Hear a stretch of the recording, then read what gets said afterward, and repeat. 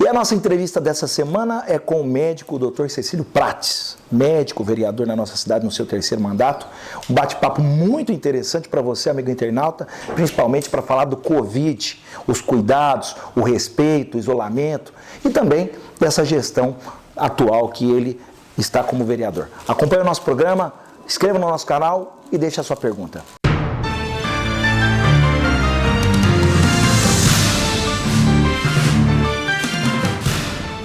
O programa Hora da Notícia está recebendo hoje o Dr. Cecílio Prates, ele que é vereador já pelo segundo mandato, médico conceituado na nossa cidade.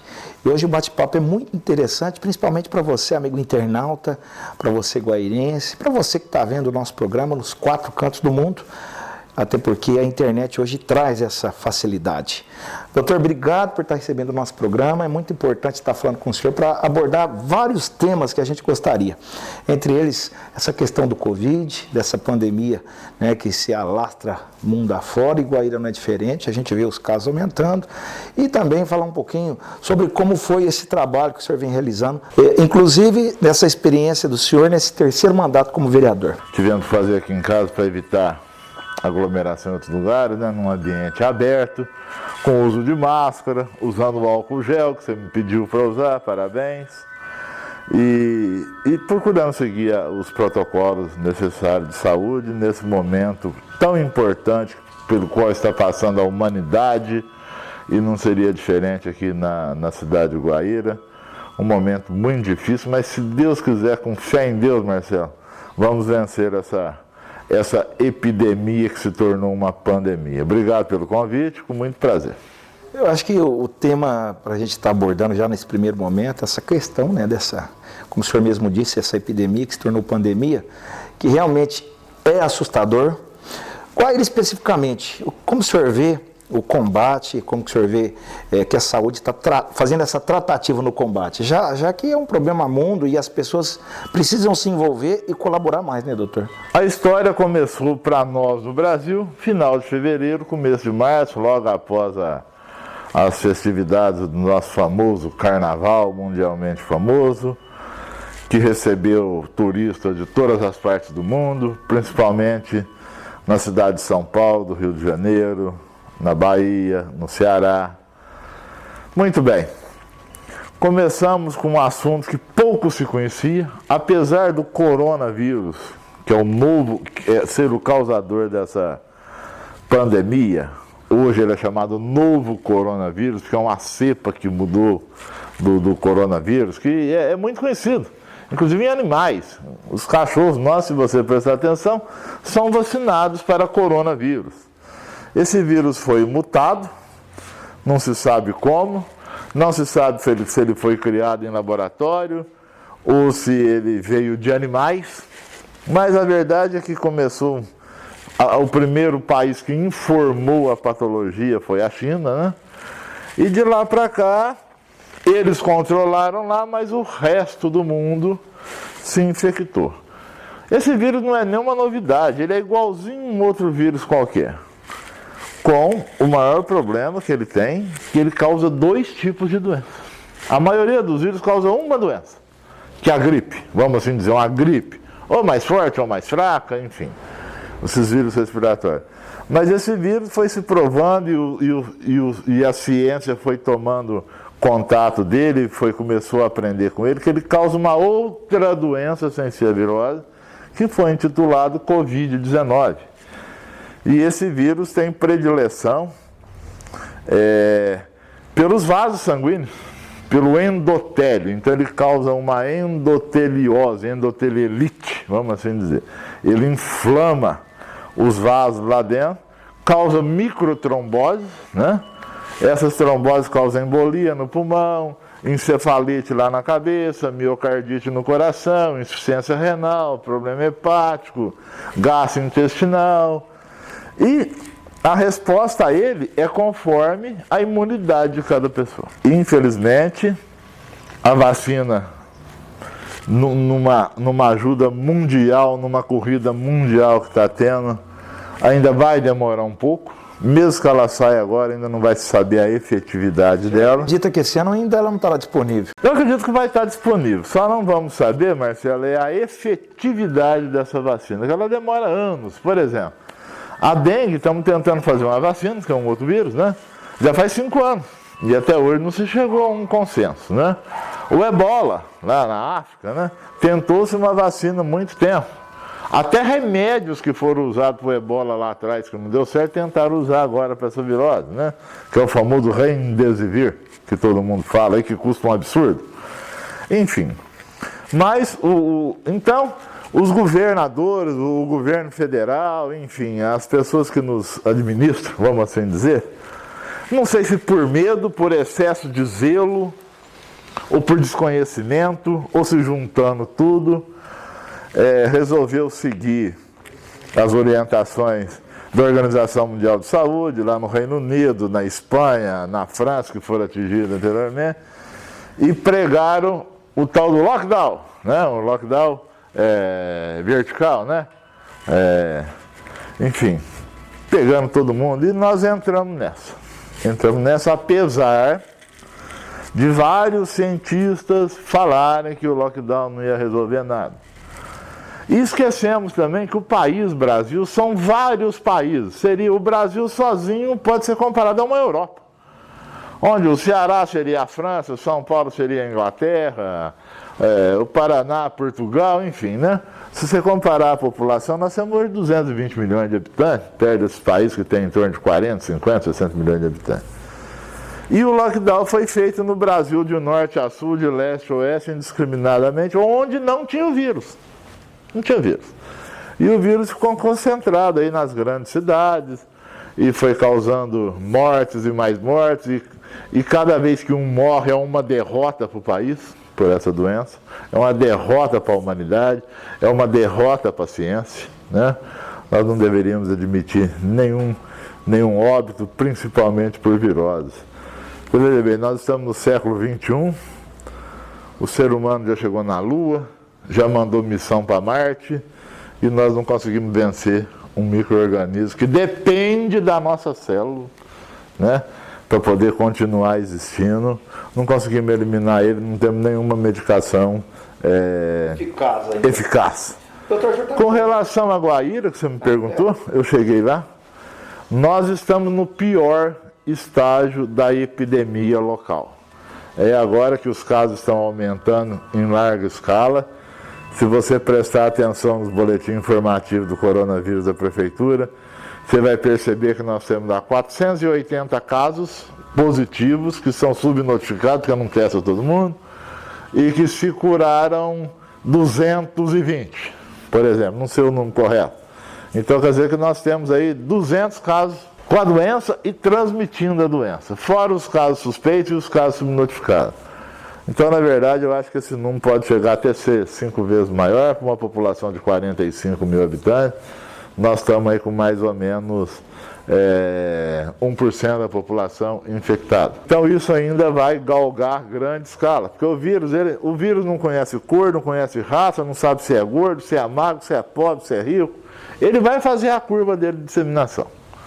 O que nós temos que tentar fazer, Marcelo, o que eu vou pedir aqui para a nossa população de Guaíra, do estado de São Paulo, do Brasil, de quem quer mais que esteja nos vendo, consciência do fato e respeito um pelos outros. O que nós precisamos ter nessa fase agora chama-se respeito pelo próximo. Eu uso máscara para te proteger e você usa máscara para me proteger. Eu fico longe de você para te proteger e você fica longe de mim para me proteger. Esse vírus não escolhe se é jovem, se é adulto, se é doente ou se não é doente. Se pegar uma pessoa que tem uma comorbidade, que é a palavra que está na moda agora, logicamente ele vai ser pior do que em você, esses meninos que estão aqui que não tem doença nenhuma, não tomam remédio nenhum. Mas isso não quer dizer que a doença em vocês vai ser pior vai ser melhor ou menos grave do que numa outra pessoa que tem a comorbidade.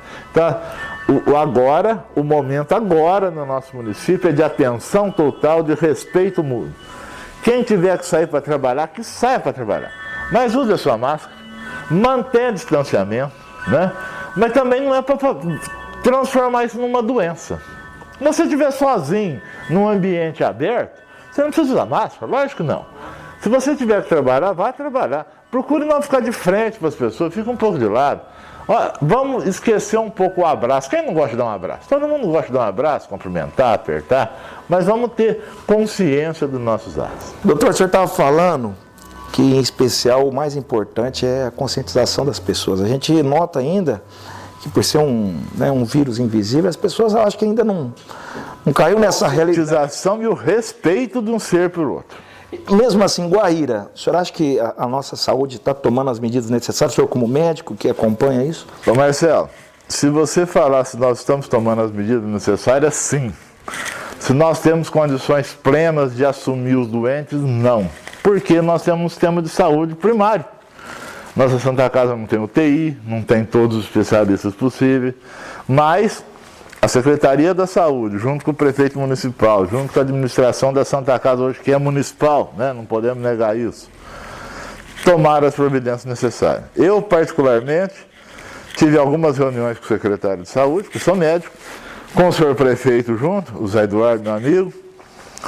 Eu bolei junto com o Jorge, secretário de Saúde, o Jorginho da Farmácia, um termo de enfrentamento da Covid-19 no nosso município, um planejamento, um protocolo. Entreguei por escrito para eles, inclusive protocolei isso lá na Câmara Municipal, independente, veja bem, não quero fazer política, isso não conste como política, é um dever de médico e de cidadão. Informei que nós deveríamos criar um ambulatório próprio para enfrentamento dessa patologia, que seria, podia ter o nome de gripário, né? E foi criado na Santa Casa. Alguns médicos são responsáveis. Criamos também um protocolo médico de atendimento e de tratamento inicial da patologia. E ficamos, infelizmente, na dependência da nossa DIR, que é Barretos, para os casos mais graves. Então, o que poderia ter sido feito? A aquisição de insumos, de medicamentos, de material de proteção individual, de treinamento de alguns profissionais, tudo isso foi feito para atender essa Covid-19. Mas, os casos mais graves, nós temos que encaminhar para um hospital que tenha melhores condições tecnológicas e de pessoal especializado mesmo, no caso de UTIs, né, para atender os pacientes que de lá precisarem. O maior problema é que na nossa região, nós temos só Barretos que tem essa condição. E são 19 municípios que dependem. E se não me engano, Barretos hoje consta com 70 leitos de UTI, não sei se é esse o nome. E parece que a lotação está meia dentro dos 80%. Então o que nós precisamos também ter cuidado é para que todo mundo não adoeça de uma vez. Porque senão o suporte médico não vai ser o ideal para todos. Eu vejo às vezes alguns internautas questionando que precisaria existir uma fiscalização, mas particularmente eu acho quase impossível você fiscalizar ou impedir que as pessoas saiam de casa. O que realmente precisa, como o senhor mesmo disse, como médico, como humano, como cidadão guairense, né, como guairense, é que as pessoas precisam cuidar de si e do seu próximo. E a gente não está vendo isso. Ainda existe uma aglomeração, ainda existe uma falta de respeito. Você vai no lago, o pessoal está no lago andando, não está preocupado com o seu próximo. A única coisa é assim, quem precisa sair de casa para cuidar dos seus afazeres, tem que sair, não tem como, né? Tem que sair, cuidar, desde que mantenha o mínimo de distanciamento social, uso de máscara, limpar as mãos, tomar banho, lavar a cabeça, escovar os dentes, enfim, né? O que todos nós deveríamos fazer no nosso dia a dia. Agora, o maior problema é quando você sai para a rua, que você está dando uma volta de noite, de madrugada, aí você olha numa esquina, tem um conglomerado de 15, 20 pessoas, tudo sentado, tomando cerveja, que é muito bom tomar cerveja, não estou dizendo que é ruim, eu não tomo, mas porque eu não posso, porque se pudesse tomaria.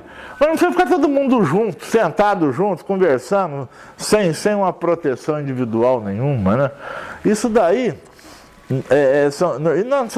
são jovens que estão lá, tem mais também, de todas as idades. Você está transmitindo o vírus de um para o outro e levando para dentro da sua casa. Então isso facilita a disseminação do vírus. Não que esse vírus não vai disseminar, Marcelo, ele vai.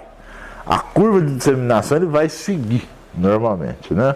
Vai seguir. O que nós devemos fazer é procurar deixar de disseminar isso de maneira um pouco mais lenta, para ver se, quem sabe, se Deus quiser, venha um tratamento efetivo, que se descubra um tratamento efetivo, apesar de eu achar que já existe tratamento para isso, e, quem sabe, em tempo recorde, a vacinação, que seria a imunização. Então, apesar de todas as dificuldades que o mundo vive, não é Guaíra não, que o mundo vive, pelo menos assim, na sua visão como médico, Guaíra pelo menos está no caminho certo. Está no caminho certo, sim, não tenha dúvida. Só peço, mais uma vez, encarecidamente à população, que respeite um ao outro. Não é porque você está com o vírus que você tem que passar para outro. É isso que eu quero, o respeito mútuo. Doutor Cecílio, o senhor falou como médico, agora eu gostaria, e também como vereador, mas eu gostaria especificamente agora que o senhor falasse um pouquinho como vereador, porque recentemente nós tivemos uma polêmica muito grande na votação que aconteceu na Câmara Municipal, né, sobre o projeto de número 33, eu não esqueço porque 33 é a idade de Cristo, mas assim, que causou de certa forma uma polêmica na cidade, porque quando a gente fala de casas populares, a gente sente, né, a necessidade que o guairense tem, esse déficit habitacional que existe. E a gente sabe que o senhor votou a favor desse projeto. Eu gostaria também que o senhor aproveitasse e falasse um pouquinho para os nossos internautas, para os nossos guairenses. Esse projeto só não passou na Câmara Municipal, porque foi 7 votos a 4, né? Precisaria de 8 votos. Ele só não passou porque eu acredito que houve um erro de estratégia. Não que você tenha estratégia para votar as coisas, mas houve um erro de comunicação antes da votação. Mas, enfim, passou e foi votado, inclusive numa sessão extraordinária, né? E, enfim, o projeto acabou não passando. Eu votei a favor por quê? Porque eu acho que aquele terreno que seria leiloado ou vendido para alguma firma que faça casas populares, né? Seria leiloado por um valor mínimo, se não me engano, de R$1.700.000, mas não quer dizer que seria vendido por isso, provavelmente por isso é o mínimo, mas um tanto a mais. Nós temos lá naquele local uma lagoa de estabilização que está sendo transferida para outro local, mas que parece que não acaba essa transferência nunca. Sem falar que, após transferir essa lagoa, drenar essa lagoa para outra lagoa, ainda vai ter que fazer um trabalho de reflorestamento daquele local, enfim, não é nada muito fácil. E sem falar que, se você tivesse liberado para as pessoas, através da Caixa Econômica Federal, poder financiar e construir mais 300 residências lá, você ia diminuir um pouco o déficit habitacional, iria melhorar o nível de emprego, a empregabilidade na cidade, porque para se construir 300 casas precisa de mão de obra do setor especializado, né, que é da construção civil, ia movimentar o comércio, né, principalmente agora, nessa fase que a economia deu uma retraída. Guaíra não está sentindo tanto, graças a Deus, Marcelo, porque nós dependemos 80% da zona rural, da produção rural, e graças a Deus isso aqui vai muito bem. Mas nós teríamos resolvido alguns problemas sociais. Apesar de que, quando você constrói mais um bairro, que 300 casas é um bairro de médio porte, né? Você tem que ter lá praça para cuidar, escola, creche, água. Como é que você vai levar água? Como é que você vai tirar o esgoto? Como é que vai tirar a água fluvial de lá? A coleta de lixo, né? O cuidado com a sinalização, a iluminação pública. Veja bem que isso gera bastante afazeres e compromisso da Prefeitura Municipal. Também, né? Mas gera emprego. Veja bem, construindo 300 casas, você vai gerar no mínimo, aí uns 500 a 800 empregos, né? Para poder, durante um certo tempo de construção. Então foi por isso que eu votei a favor. Acho que precisaria ter sido aprovado o plano. Se você quiser fazer mais casas para a população de baixa renda em outro, nós temos mais terrenos, mais locais para que se possa fazer isso, não é por falta de terreno. Eu acredito que perdemos uma oportunidade que estava aí entregue na nossa mão. Eu acredito que a conclusão da obra teria sido muito boa. Infelizmente não passou. Agora, para esse terreno voltar nessa forma de venda, de leilão só daqui a um ano, né? Porque agora não pode voltar, tem que passar um ano. Quando rejeitado, tem que ficar durante um ano parado o projeto. Isso é perca de tempo, né? A gente estava conversando aqui, o doutor Cecílio, antes da gravação, dos bastidores, até porque por duas situações. Uma que o terreno já é da prefeitura, né? Isso já facilitaria muito, porque o terreno já é da prefeitura, então assim, os trâmites seriam bem mais rápidos, já que existe essa necessidade de habitação. Outro que, fazer o que com aquele terreno? Pois é para fazer casa o terreno, tá lá. Pelo menos quando foi desapropriado na época, e eu participei, foi para fazer casa. Inclusive aquele terreno teve aquele problema que nós fizemos uma lei na Câmara Municipal que não poderia construir casa a menos de 500 metros da lagoa de estabilização. Então você veja bem que não é uma região de fácil negociação. Então era o caminho, seria esse. Eu acredito que sim. Doutor, gostaria muito de agradecer a sua disponibilidade. A gente sabe também que o senhor está tomando todos os cuidados aí, como médico, como pessoa, né? Tentando evitar também esse Covid.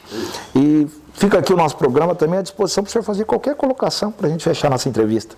Marcelo, a gente poderia fazer várias colocações com relação ao município agora, com relação às coisas que estão acontecendo, de boas, de não tão boas, de ruim.